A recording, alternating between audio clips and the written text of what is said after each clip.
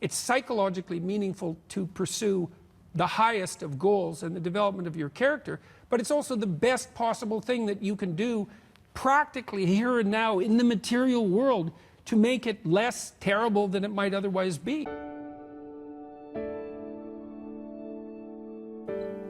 Well, the mission is the improvement of your character, the constant improvement of your character. And I think a lot of that's done in dialogue with your conscience. It's like your conscience is always telling you, Socrates said this thousands of years ago, your conscience is always telling you what you shouldn't be doing.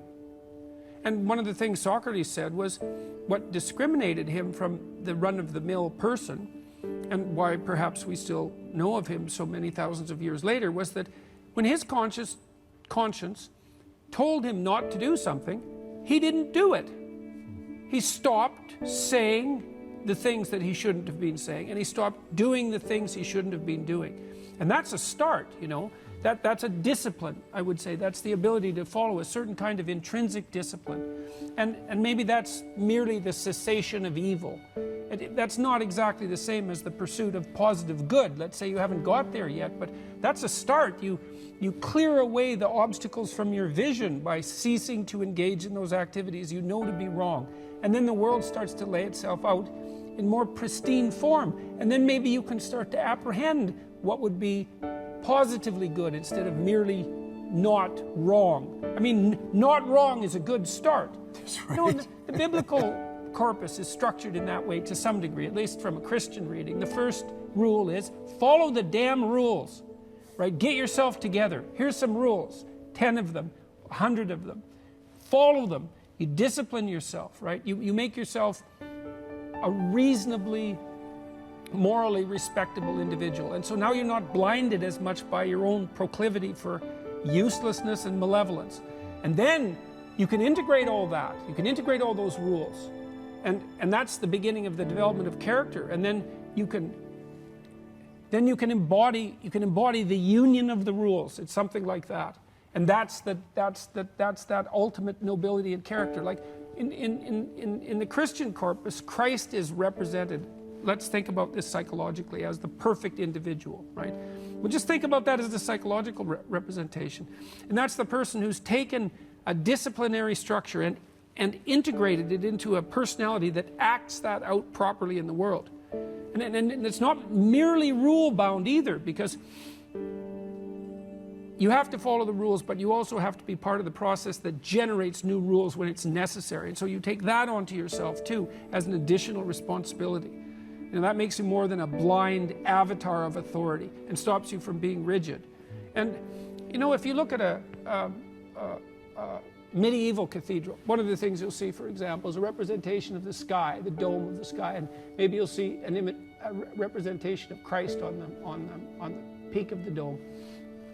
And think about that as a representation of the ideal individual, speaking only psychologically. It's like there's something of cosmic importance about that. That's what you're aiming at, is that perfection of yourself, and that'll keep you busy for your entire life. And it'll do no harm, right? It'll make you better. It'll make your family better. It'll make your community better.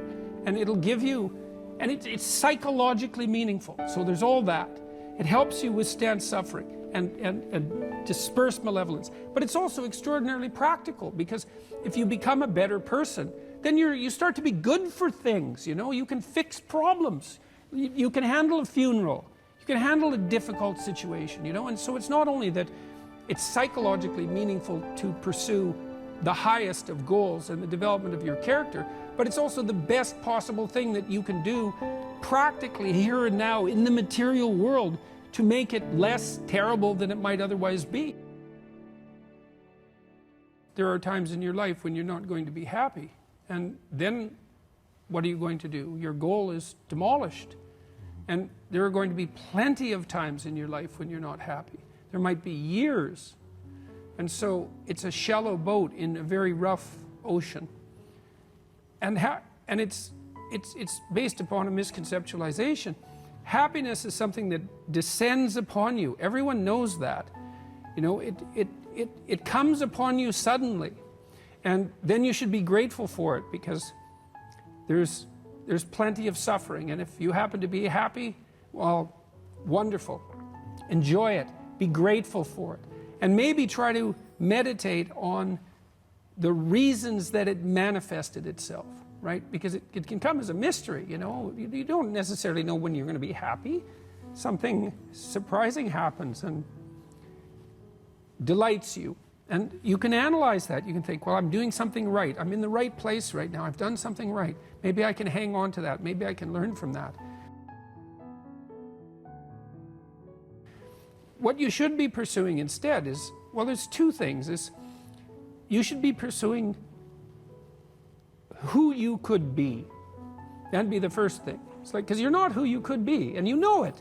You have guilt and shame and regret, and you berate yourself for your lack of discipline and your procrastination and all your bad habits. You know perfectly well that you're not who you could be. And God only knows who you could be. And so that's how you should be that's what you should be striving for. And associated with that, you should be attempting to formulate some conception of the highest good that you can conceive of, that you can articulate. Because why not aim for that? It's like your life is short and it's troublesome. And perhaps you need to do something worthwhile with it. And if so, then you should do the most worthwhile thing. And you should figure out what that is for you. And part of that's definitely going to be to develop your character as much as possible, to dispense with those parts of you that are unworthy. And then maybe, if you're fortunate and you do that carefully, then happiness will descend upon you from time to time. And that's the best you've got.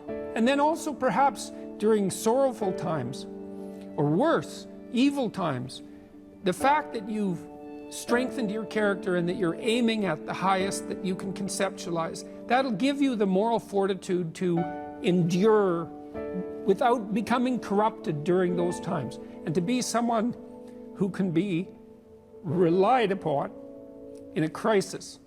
There's an aim. You know, one of the things I've told my audience is, young guys take to this a lot. I said, you should be the strongest person at your father's funeral, right? Well, that's something to aim for. It's a transition, a generational transition, and it means that, well, all the people around you are suffering because of their loss. They have someone to turn to who can illustrate by their behavior that the force of character is sufficient to move you beyond the catastrophe. And you need that. And that's a great thing to hypothesize as your aim. And happiness just evaporates as irrelevant in light of that sort of conceptualization. So when you are the strongest person at your father's funeral, and I just buried my father last month. Yeah. So it strikes home when you say that. Should there be joy around that realization? Not happiness. Happiness is like the fizzly bubbles in a carbonated beverage. Flighty, they tickle your tongue, but they go away. Is there a deeper joy? Because so many... Well, there's at least the sense that you've taken something that could be very much like hell and made it far better than it could have been. And there's also the fact that, you know, if you've matured enough, let's say, to deal with the catastrophe of loss and death, that you can also be the rallying point for the remnants of your family and pull them together at a moment of crisis. And that's a payoff to some degree for the loss. And I mean, I've seen this in families who've dealt with death properly. The remainder of the family pulls together, you know, they become more integrated. And it's not complete compensation for their loss, but it's not nothing. And it certainly beats the alternative, where everyone fractionates because everyone's too weak to cope with the catastrophe and everything dissolves. See, people often have accused me of an individualistic bias in my moral reasoning, you know, that, well, you should get yourself together. It's like Ayn Rand. It's like, no, it's not it. You get yourself together so that you can get your family together, so you can get your community together, so that you can get the world together. All of that at the same time. There's nothing selfish about that, except the responsibility which is on you to start that and to bear that and to lift that and to act it out. So it has nothing to do with chasing your short-term, impulsive, pleasure-seeking goals. Which is the real epiphany for me, because you'll know that you're doing the right thing for your personal growth when it's the same thing that society needs from you. When your needs align with what society needs you to do for it, then you're doing the right thing probably for yourself. Well, that's how it seems. I mean, it seems then like you found your niche, right? It's where you and what you have to offer fit. And, you know, I think of people as beasts of burden in some sense. Like we're built for a burden. And we're not happy without that burden, and we want to find the one that suits us. And that's difficult. It's part of the adventure of life to seek out the burden that suits you. But when you have that, then yes, then hopefully you're operating in harmony with the requirements of those around you. And the thing to me is that everything else pales in comparison to that. That's why it says in the New Testament that you should stack up riches in heaven. It's like there isn't anything better than that. You know, you're functioning well, your family's functioning well, you're contributing to your community. What you're doing is worthwhile, you know. You're not tormented by your conscience. You're aiming at something that the sacrifices that you have to make that clearly justify the sacrifices you have to make. Maybe even the sacrifice of your life, because you're in this, like this is a mortal game. You're in this with your whole life.